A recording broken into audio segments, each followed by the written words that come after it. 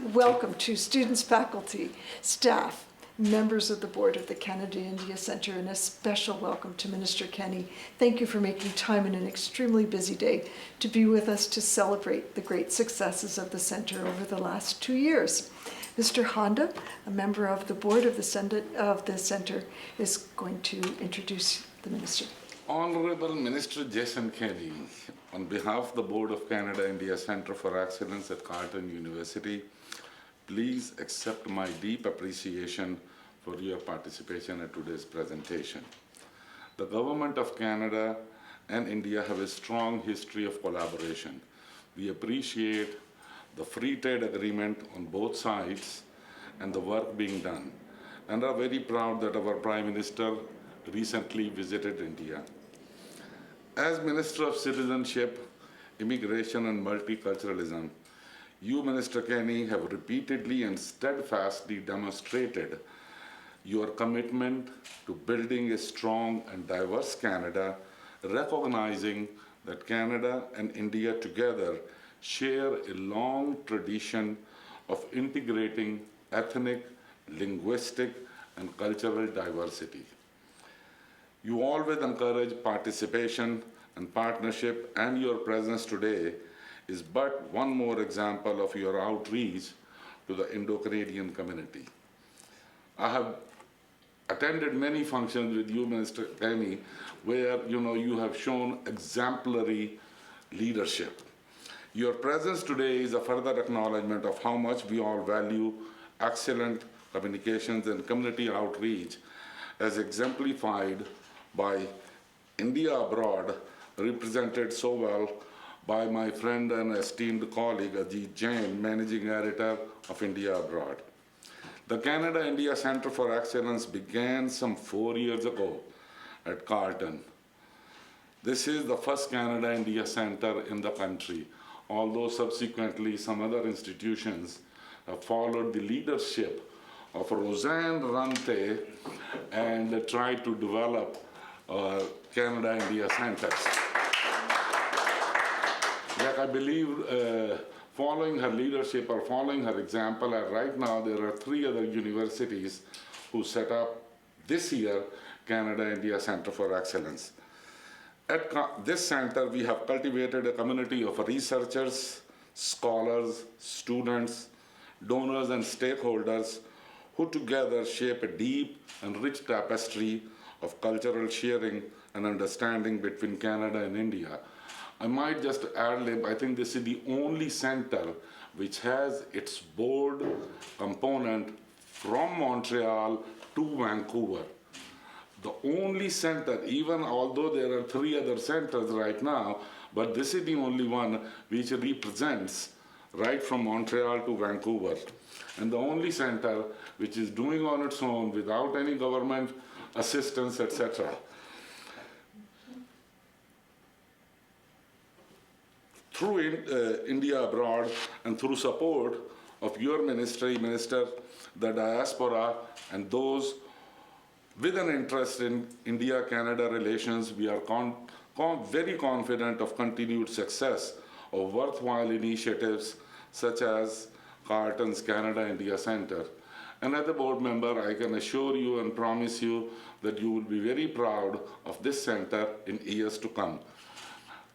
Thank you everyone for coming, and please join me thanking Minister Kenney for coming today. Thank you very much, Mr. Judd. Thank you, Dr. Runte. Thank you to my dear friend Ajit Jain, and friends, ladies and gentlemen, mesdames et messieurs, c'est un grand plaisir d'être ici à notre université de Carleton, au Capitole national, pour célébrer la démarche importante du Centre d'Excellence du Canada et de l'Inde. So I want to be here to really celebrate the tremendous work that's being done by the Centre of Excellence. And I was, in fact, recently at an event co-hosted by the Canada-India Foundation for Dr. Kalam, who was, of course, here at the university, the first speaker for the lecture series. And he, of course, I think demonstrated the kind of profile that the Centre has achieved in only 2 or 3 years' time, which profile I think is going to grow today with the launch of the new special edition of India Abroad. Dr. you should know that India Abroad is really a pioneer publication in the Indo-Canadian community. It has in many respects been the most respected media voice of Canadians of Indian origin for many years, thanks to the hard work of Ajit Jain, who is really a pioneer in this area. There is no shortage of media reflecting the South Asian and Indian communities. There are dozens of publications, but to be honest, I think there are very few that are really first-rate professional publications that meet the highest journalistic standards and which take a serious, substantive view of Canada-India relations. There's a lot of them with pages of Bollywood pictures and ads from immigration consultants and so forth. God bless them. But Ajit is the guy who has been a voice in the wilderness for the importance of the Canada-India relationship for many years before it was de rigueur. And so I think it's such an appropriate partnership to have India Abroad promoting and explaining the good work of the center here at Carleton, which is itself on the cutting edge of what I would call this massive upgrade in Canada-India relations at every level. Diplomatic, political, economic, and we hope in commercial trade terms. Now, we all know the story here that for the better part of 3 decades, Canada-India relations were in the deep freeze for difficult historic reasons.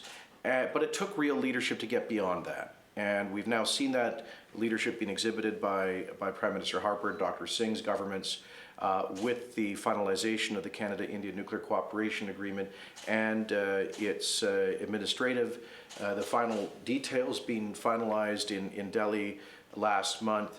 This demonstrates that the issues that were freezing the relationship through much of the 70s, 80s, 90s, and into this decade are behind us, and that there is a new vitality, a new energy.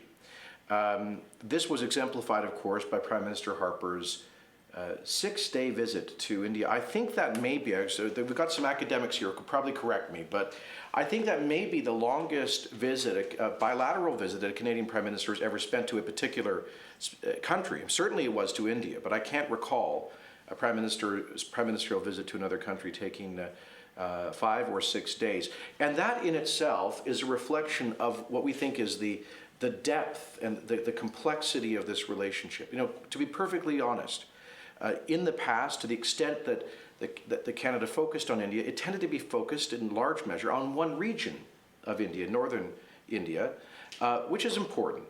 Punjab, for example, is very important and will always have important human ties to Canada.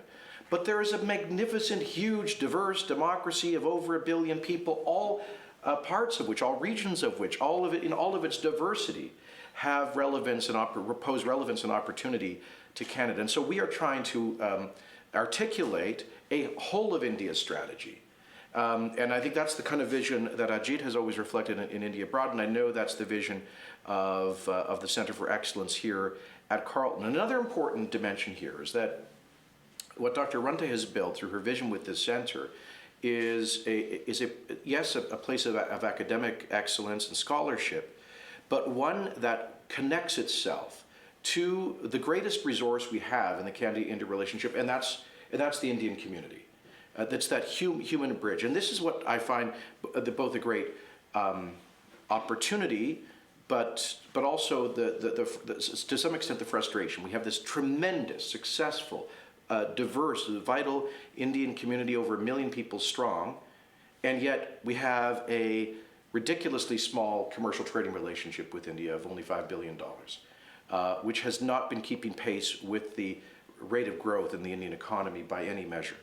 And so I believe, and this is where my responsibility Minister for Multiculturalism comes in, I believe it's so important for us to engage the Indian community in Canada as the human bridge that can help to lead the commercial relationship and the human and cultural and social relationship between the two countries. So that's why I just think that your, Dr. Runte, your center's very active engagement of leading members of the Indian community in Ottawa and in Canada is so important. It's a reflection of what we should be doing between the two countries, between these two great democracies, and it's really the involvement of India abroad is a key part of that. So I just want to continue to encourage all of you in your good work. A few years ago, Canada's Asia policy was really a China policy, and Canada's India policy was largely a Punjab policy. Now we have a real Asia policy that reflects the full diversity and potential of all of Asia, and increasingly based on a commonality of values with India, parliamentary democracy, the rule of law, incarnated with a middle class of 150 million people and growing, English-speaking Indians. And so I just think there's just so much potential. This is reflected in our expansion of the Canadian footprint in India. Now I think 8 consular and trade promotion offices, most recently now in Bangalore. So there is so much work to be done. Getting the Indian Canadian community more involved in this kind of work is critically important, and I think India Abroad special publication will help you to achieve that. So congratulations, Dr. Rante, on the continued good work to you and your collaborators here at the Centre, and congratulations as well to my dear friend, the éminence grise, the doyen of the Indo-Canadian media, Ajit Jain. Thank you, Mr. Minister, for your very wise words. And I really am not the one that gets credit. This board sat together and planned this and talked about what kind of a center it would be and how we would support it. And they brought the funding for it from their own pockets, so they deserve all of the credit, and congratulations, so thank you.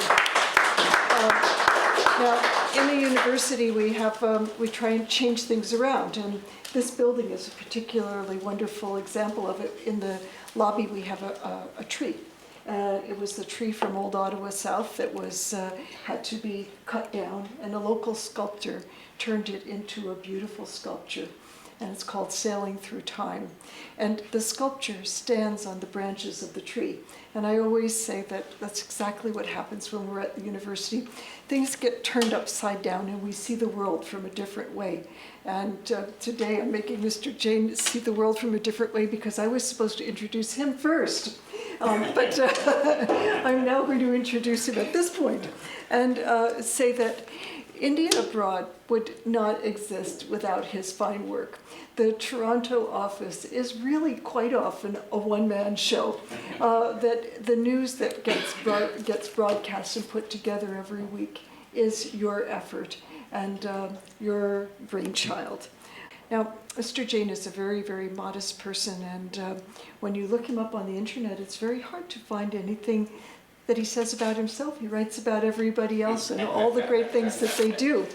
But you know, right outside the window is the statue of Mahatma Gandhi, and inspired by Mahatma Gandhi, he has become the patron of Child Haven International, a registered charity which assists children and women in developing countries who are in need of food, education, health care, shelter, clothing, emotional and moral support. We thank you for your generosity and your community leadership, for your journalistic talents, because he also writes for the Toronto Sun, for your editorial and organizational skills that are evident in the India Times, India Abroad. So we thank you very, very much. And we would like to ask you to say a few special words and perhaps thank the Minister on our behalf. Thank you. President Kunte, Minister Jason Kenney, friend chair. I remember I go back on the 11th of May of 1998 when India conducted a second nuclear test, and India suddenly became a dirty word in the dictionary of Lloyd Exworthy. I still remember, I read that what the presentation he made before the House of Commons Standing Committee in the last week of May of 1998, and he used some very, very harsh words that people, if you recollect, he said, how could suddenly Canada could develop such a dislike for the country like India, Nehru's time and the relationship that the two countries had. Anyhow, that period passed and passed quickly, but for the time being, there were still sanctions. So John Manley became his successor. John Manley went to India in 2002, and he opened the doors a little. But the doors opened really widely, as Mr. Kenney mentioned. I'm not mentioning it because he's part of this government, but Honorable Stephen Harper, he suddenly opened the door, and that the door really opened, and that he has, and this government has, without reservation, interest in normalizing, in strengthening relations with India is obvious from the fact that the Prime Minister went to India barely within 3 years, second time, and he spent 6 days, as you mentioned, sir, the largest period that he has been outside the country. That shows the interest that Canada has in India, and rightly so. And there used to be only 3,000 to 5,000 students from India, international students, who come and study here 10 years back. Now the number has increased to 25,000. Number has increased to 25,000 because there are relaxation of students' visa. There is interest. The students come here, they are allowed to stay 2 years after they graduate, and they can apply for permanent status within the country itself. This, I believe, all this story is only to reinforce the fact that the President Runte mentioned, Minister Kenney mentioned, this is the most opportune time for Canada-India Center for Excellence to be established, and that is what has happened. And it has, board members Sudhir Hana mentioned, it has happened with the active support, financially and otherwise, of the Indian community. And you have board members Sudhir Hana, you have Dr. Goyal, you have Dr. Pradeep Merchant, you have who have Kanta Marwa here. They all donated large sums of money. Total amount, I understand, is between $3.5 to $4 million, and Indian government has committed a chair, and which is another $2 million. So in kind, if you add in kind, the total figure is about $6 million. Thank you very much for being here. We have done a little effort, and what is that effort? The effort is all the good work that you are doing, President Runte, and your colleagues here, just to give it a little push, just to disseminate that information, and nothing else, and that is here, Pam. Thank you very much. That's here, sir. Thank you. Thank you very much. Thank you very much. Thanks all of you for coming.